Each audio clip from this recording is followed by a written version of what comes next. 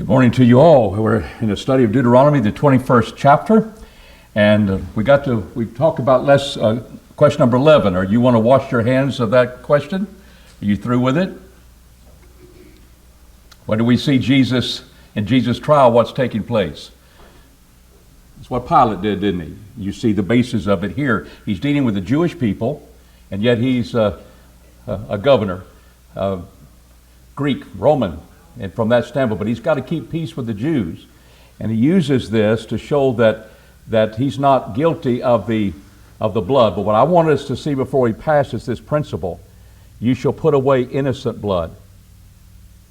I mean, you'd think you'd be putting away something evil who caused it. But they didn't know who caused it. But you'll put away innocent blood. That's what the text says. And that you're freeing the land of the guilt of innocent blood. The land is cursed because innocent blood has been shed, and this is how you get rid of that curse. And so it's interesting that they say we are testing by doing this that we did not see and we did not have a part in it, even though he died closest to our city. And that's kind of what we talked about last week. Are you through with that? Anybody want to add anything to that? I will wash our hands of that and say we're not guilty of not knowing that. Question number 12. Is it always a sin to marry a foreign woman in the Old Testament? And you might suspect, let's see what the text says here in Deuteronomy. That's why we study Deuteronomy. And we begin to see what warfare. One of the things that we know for certain, and we talked about this last week, is that they were not to have any covenant relationships with the nations around them. Those 7 nations that would be in the land of Canaan, they were to utterly destroy them when they fought them. No babies, no women, that sort of thing. But we also saw in the context of Deuteronomy that sometimes there were nations further out, and they were to have a different relationship with them. And so we began to see that this is indeed another application of that same principle. I'm going to gain the principle and realize, but how many times do we park on it? And rightly so. We see Solomon, we see the example of Solomon, that marrying foreign women, we see from the Proverbs the lack of wisdom for that, and that's all we focus on. And what happens is that we broaden our minds by realizing there was a principle involved, and there was that immediate connection with the culture around them, in which that influence could be had. Now, we live in a time where we're connected with cultures all over the world through the internet and through the media that we have today, but they didn't have that here. And so we see that they fight a nation, that enemy, and what happens if the man finds in these battles with the foreigners and they overcome them. First of all, she's beautiful. Secondly, he desires her. And thirdly, he's going to make her his wife. Well, you can't do that. She's a foreign woman. Apparently you could here. Verse 11, thou seest thou captives a beautiful woman. Thou hast a desire unto her, and wouldest take her thee to wife. Then thou shalt do what? You shall now do these contingency things, that based upon that, and not a one of them says you can't have her for a wife. In fact, there's even more powerful law to her. So what were they to do? You shall put a raiment of her captivity from off of her, and she shall remain in thy house. Verse 13, to bewail the father and her mother a full month. There's taking care of her mourning. That's being considerate. And before that, though, when you take her, thou shalt bring her to your home, to thy house, and thou shalt shave her head, and my Bible says pare her nails. What's that about, you think?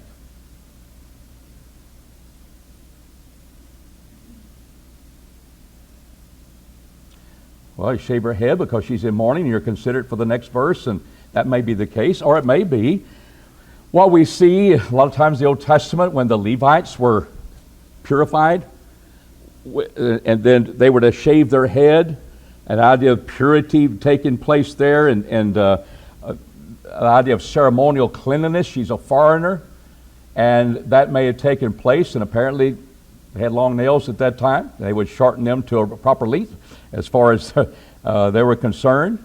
Then you shall put the raiment of her captivity from off her, and shall remain in thy house and be well thy father. So she's going to have a time to do it, but he's going to be ceremoniously clean, I think, is the emphasis here, according to their law, and bring her into your culture, bring her into your home as a wife.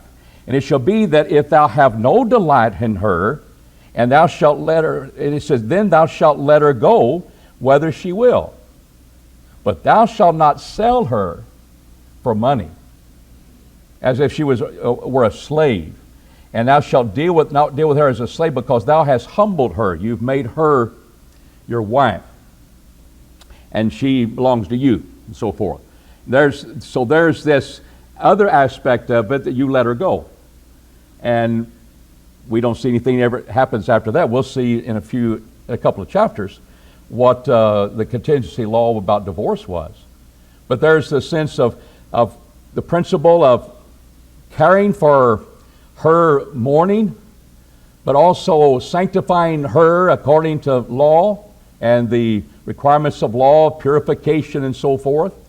And then, because you have entered into that relationship, you're not going to be able just to let her go. She's leaving, so, contract is up, and so we'll let the guy go on the market and see what I can get for her. You're not going to do that with her because you chose her to be the wife. So there's a foreign woman. Was Ruth a foreign woman? She was a Moabitist. She had a good attitude. Yeah, that's important. Your God will be my God. Not only attitude, but she was willing to serve that God. She's willing to leave her country and be with her mother-in-law. But Solomon, he had many wives, and they led him into what? Idolatry, practicing idolatry, taking them away from God. And that's what happens a long time. Beware of the foreign woman, and because of what she can lead you into. Rich, have you? Okay. Any comments on that or questions you might have? I explained my answer. Do you have another one? Explanation? Because here you have marrying a foreign woman, real foreign, and yet there was nothing there, even the warnings of it, as to how you were to deal with her. All right? Here's problems with polygamy, events of that, and yet he doesn't condemn having many wives in the Old Testament. He's going to take care of that with Jesus' law set forth in the New Testament. And in the New Testament church, he tolerated it. But there were going to be complications. So a man has how many wives? 2. That's many. That's polygamy. The 2 wives. And the one beloved and the other hated. That's the kind of the problem that would arise. And we see that in other counts. And so we explained this, we asked this question: how is the firstborn son protected in families with multiple wives? Let's say, as he does here, that the firstborn belongs to which wife? The hated one or the loved one? Yeah, because we got to complicate, it's got to be a drama. The hated wife is one that he received the firstborn. And in the passage, what was important to the Jew about the firstborn? That was the beginning of his strength, his firstborn. And they were exalted among all the others. And so here's the hated wife. She has the firstborn in his lineage, what he's going to produce. And so what were they to do? They were to give a double portion to the hated wife's son, his firstborn. That was important. He shall acknowledge the firstborn son of the hated by giving him a double portion. It literally means 2 mouths. 2 mouths, the root Hebrew word. Of all that he hath, for he is the beginning of his strength. That firstborn, the right of firstborn is his. So we look at that Is this literally the firstborn? What do I mean by literal? Actual in time. He was firstborn. Well, look at the word. And sometimes it's used that way, isn't it? But what came along to the firstborn? What goes along with that literal firstborn one? What principle do we see? Exalted. There is exaltation of the firstborn. All of a sudden, we see how when it's used figuratively, that's what Jesus is, the firstborn from the dead. First one that ever was born, raised from the dead? No. We Christians are firstborn ones to Jesus. Firstborn is going to take on in Scripture the imagery of exalted one, preeminent one, because he's preeminent here. And so when our friends and our Mormon friends and people who deny the deity of Jesus, when they find over in Colossians that he's the firstborn, they'll say he's born first. That's how the Bible teaches. That's how the Bible reveals it. And I would go to this passage. I've never had a Mormon do this yet, but I would go there and establish my point. Literally, in the sense of firstborn, that's true. But Israel was God's firstborn. You have passages that not literally was the first one born, but it was the preeminent one. All of a sudden, you understand exactly what the writer is saying.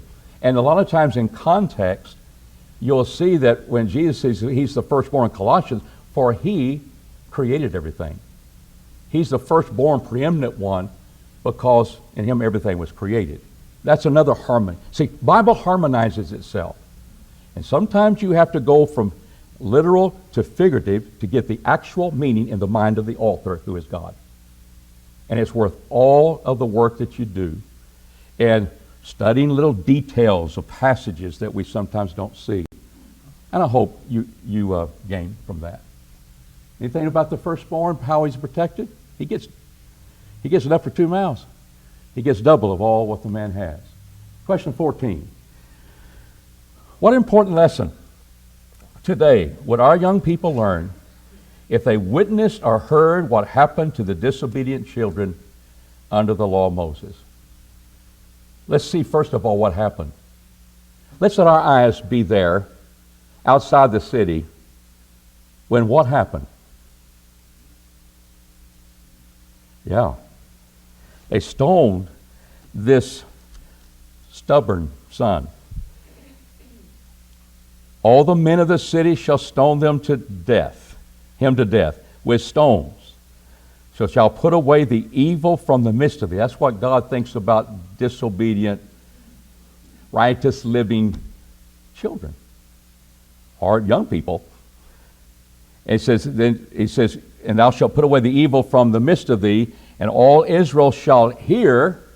And what should be the effect? They should fear. They should fear.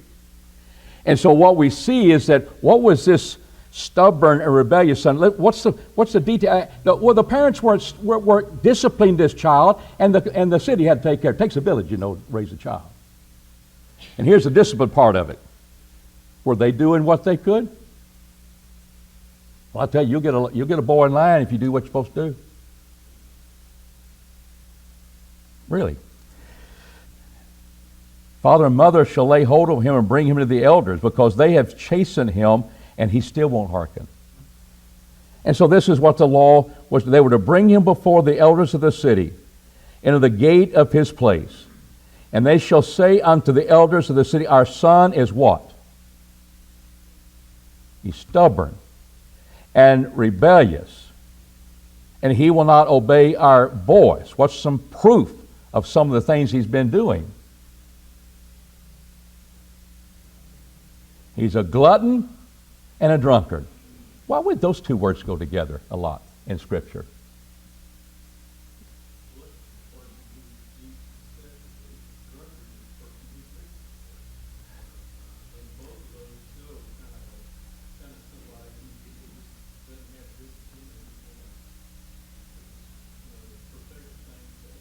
I didn't know he had an eating disorder. but you may be right. But couldn't glutton also mean I drink a lot of wine? And the reason being, the wine a lot of times was less alcoholic content than ours today. So you'd have to drink a lot to be drunk of the wine of that day. But the point is, glutton is all the times deal with food too. I just never thought it would be in that. The reason I say this is because of Proverbs. We read about gluttony connected with drinking. And what it says in verse 20, it says, they that tarry long at the wine, and they go out and seek mixed wine, they tarry long at the wine. If you're tarrying long at something, you're going to be drinking. Verse 20, and not among wine bibbers, among gluttonous eaters of flesh. There's your point. But they would be staying at the wine more, and maybe this was a party guy. He was eating and drinking. And David, that's a very good point. That's what they could be involved in doing. But staying long at the wine also makes you a glutton as well. And along with the feasting. And here's parents said, you can't do that. That's not living the holy life. And he was refusing to hear them. Yes?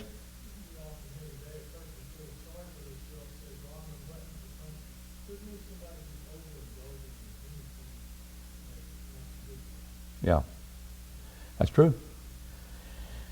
Now, I know the Bible doesn't go in a lot of details, but what would happen today if you took your son before the elders of the city, said he's drinking too much and partying too much, he is stubborn and he's a glutton? Well, we got some psychiatrists and we got some people. We will determine if that's taking place. Apparently, nobody questions what the parents say.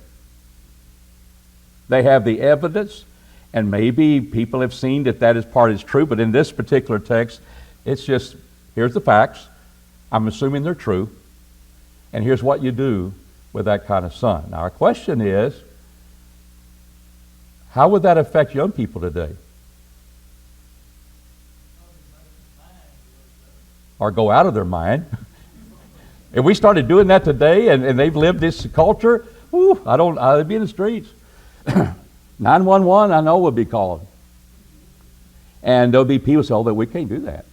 But that happened. And it's, what do we learn? Is there, let's bring your point up.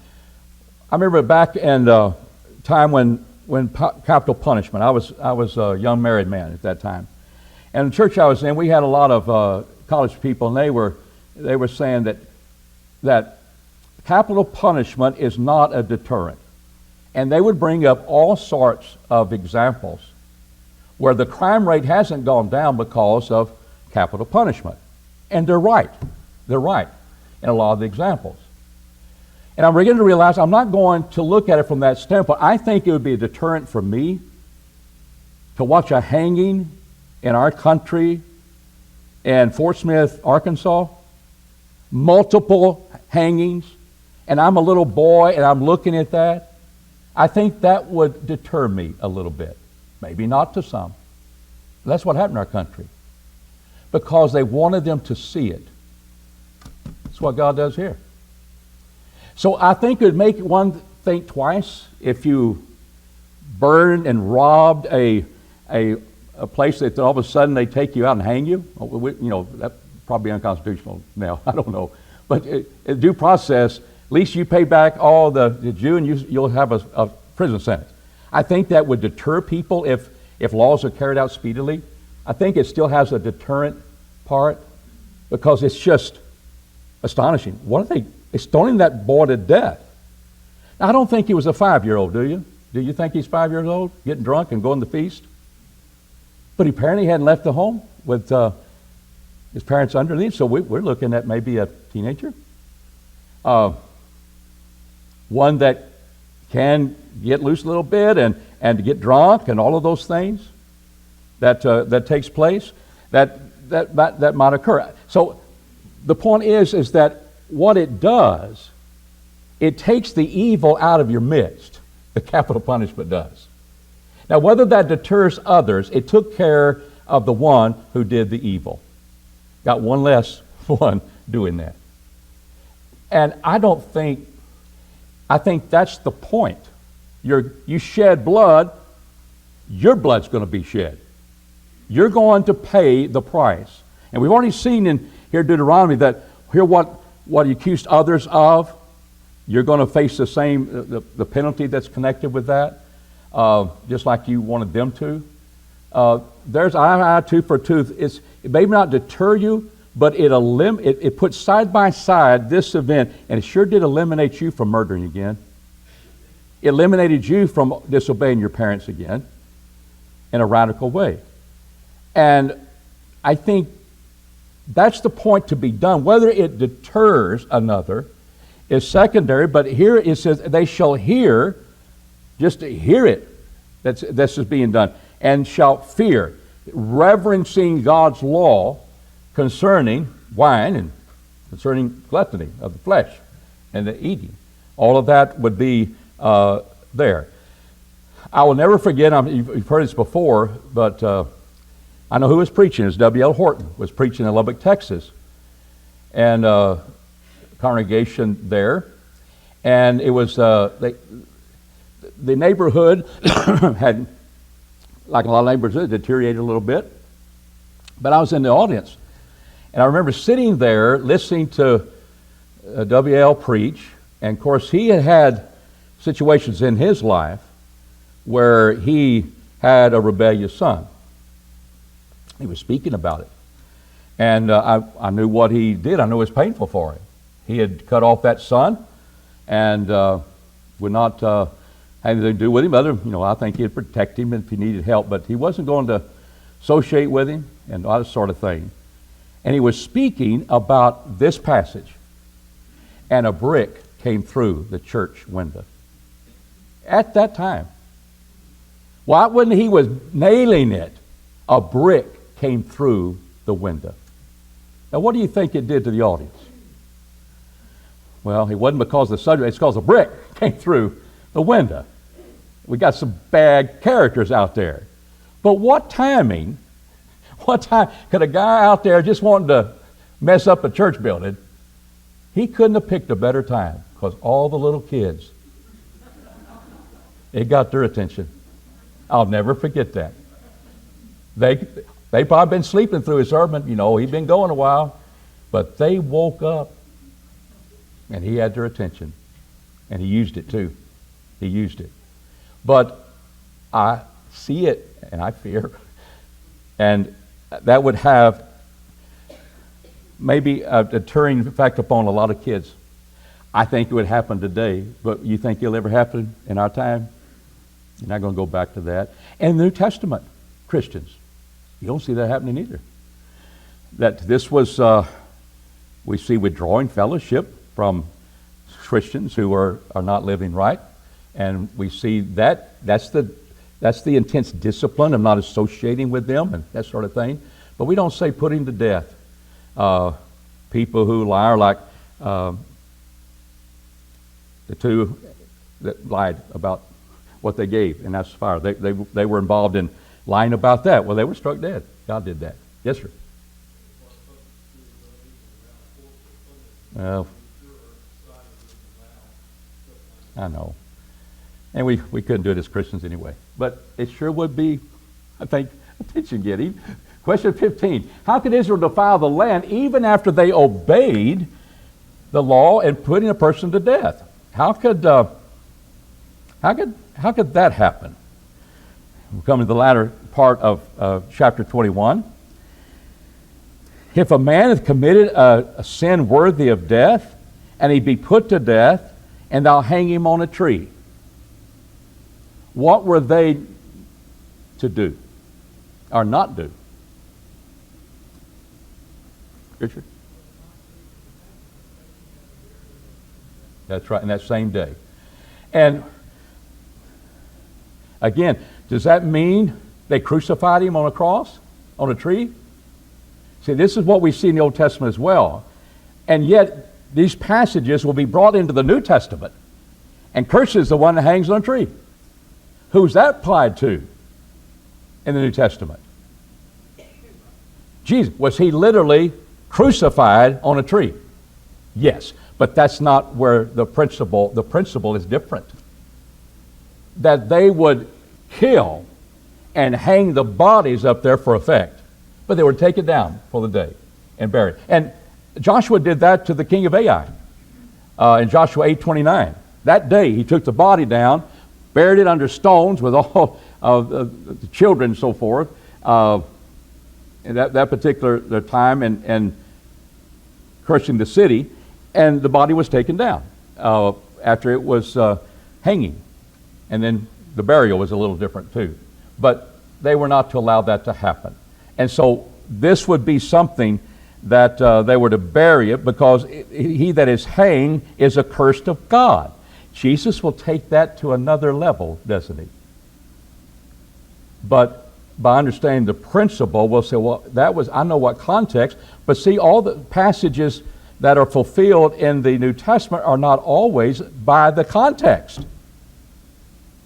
It was accursed, him that hangs on a tree. That was showing what the evil that they've done. But Jesus was not evil, but he hung on a tree. In fact, he was impaled with the tree, crucifixion.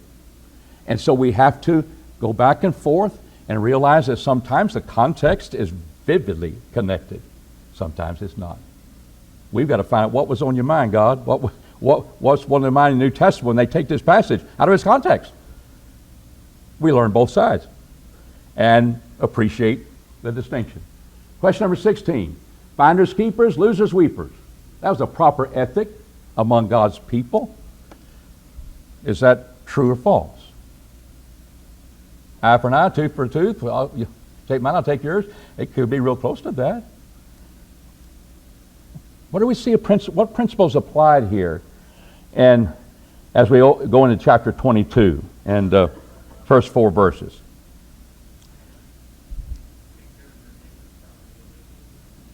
I think that's a good point. And one thing that I see repeated here, let's lay it down, and that principle is exactly there. Thou shalt not see, it says, then thou shalt not see thy brother's ox or a sheep, and what are they doing? They're going astray, and here's the phrase I want us to look at as it intertwines throughout these verses. Hide thyself from them. He said, you're not supposed to do that. You're not to hide thyself from them. Well, I just didn't see it happen. Oxen, they're just out there, but I didn't know. If that were mine, your principle, Nathan, your principle, I'd want somebody to find them. And do what? Bring them back to me. Thou shalt surely bring them again unto thy brother. But if the brother's not close by, and you don't even know him, so you hadn't got acquainted with this brother yet, but he's a human being with some animals. He said, then thou shalt bring them to thy house, and it shall be with thee until thy brother seek after it. So finders, keepers, they're in my house. They're not keepers, are they? They're watching over them, treating them like they would be his own, but they're also waiting for him to seek after it. And thou shalt restore it to them. And thou shalt do with his ass. So we've got the sheep, and we've got the oxen. Well, the same thing would apply to the donkey. And so shalt thou do with his garments. Do people lose their garments? They did. A lot of times people would take their outer garment on and work all day and forget that they had one. And apparently so. And thou shalt do with every lost thing of thy brothers, which he hath lost and thou hast found. Lost and found, finders, keepers, losers, weepers. Thou mayest not hide thyself. Hide yourself from the animals, but you're not going to hide yourself and keep these to yourself. And then, thou shalt not see thy brother's donkey or his ox fallen down. Now we got them in a dangerous situation. We just found them astray, the oxen before. But now the donkey and the ox, they've fallen down by the way, and you hide thyself again from them. But thou shalt do what? I'm not hiding myself. Instead, I'm engaging those animals, and I'm going to do what?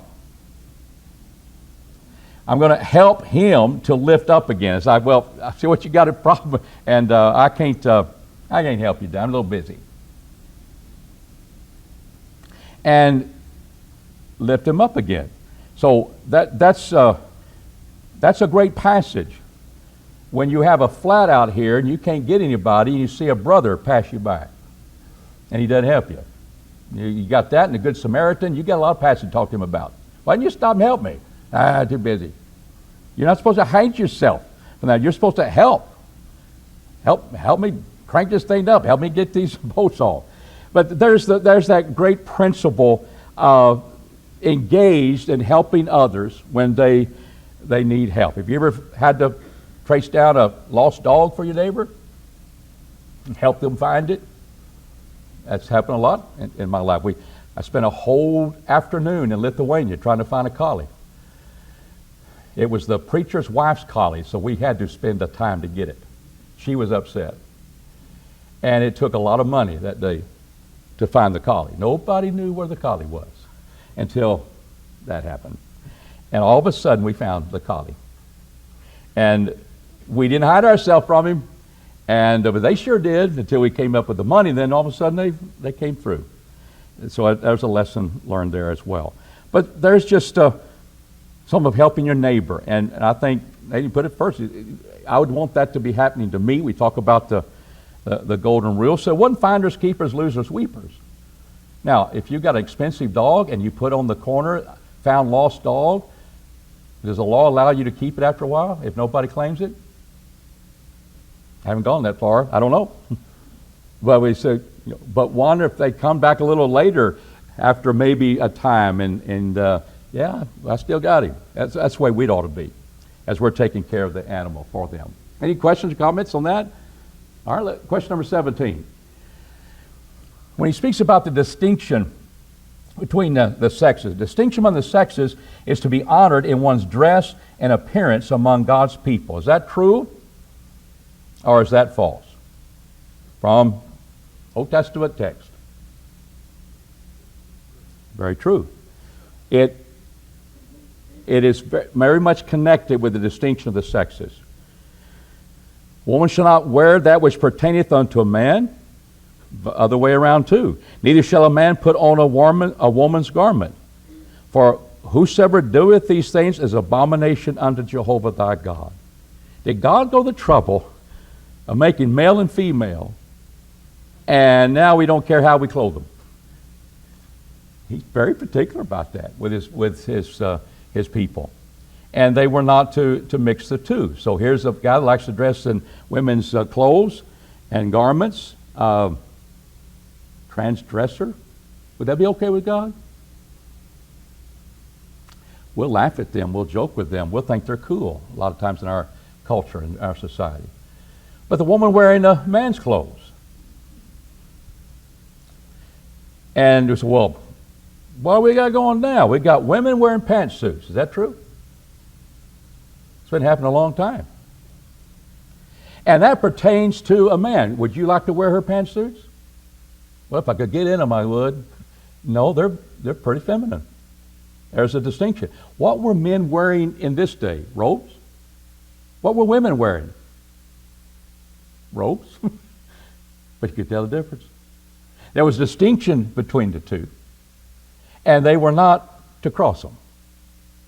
And modesty was connected with it. Remember the priest, while they had their robes, when they go up the stairs, they were to have their loins covered, even to covering their loins up to the knees, so they would not look upon their nakedness. The loins uncovered was nakedness to God. But they were wearing robes. You look at the distinction of styles, that would indeed be the case.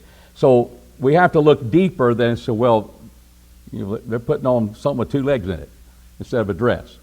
We have to look different. Now, we can't wear things tight and provocative and that sort of thing, but we live in a time where that dress has been around. That doesn't make it right or wrong, but we need to be careful how we apply the word and understand that there is to be a distinction, and I think that's been set forth. What about those birds' nests? It could not be robbed among God's people. True or false?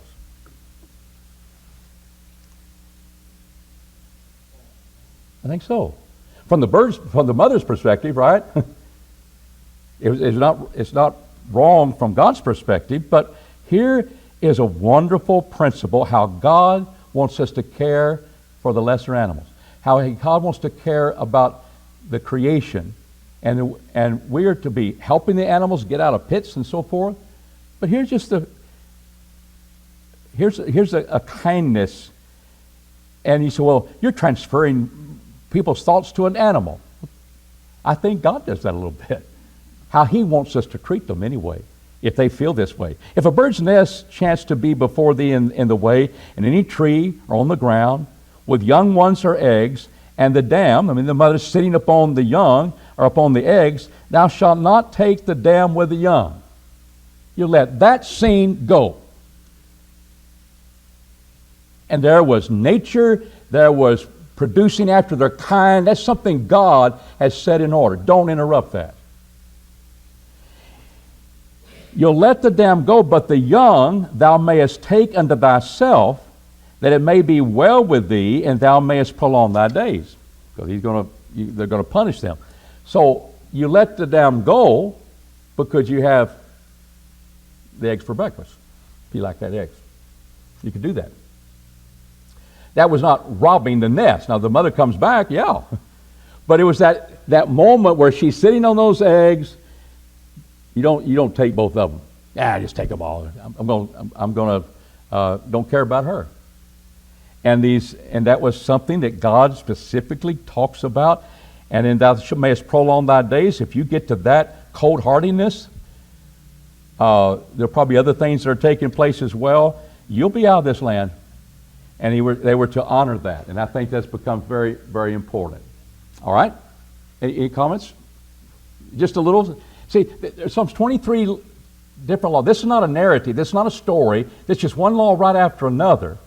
But it has some principles for us today. What could happen if you did not follow the building code that God sets forth in this text?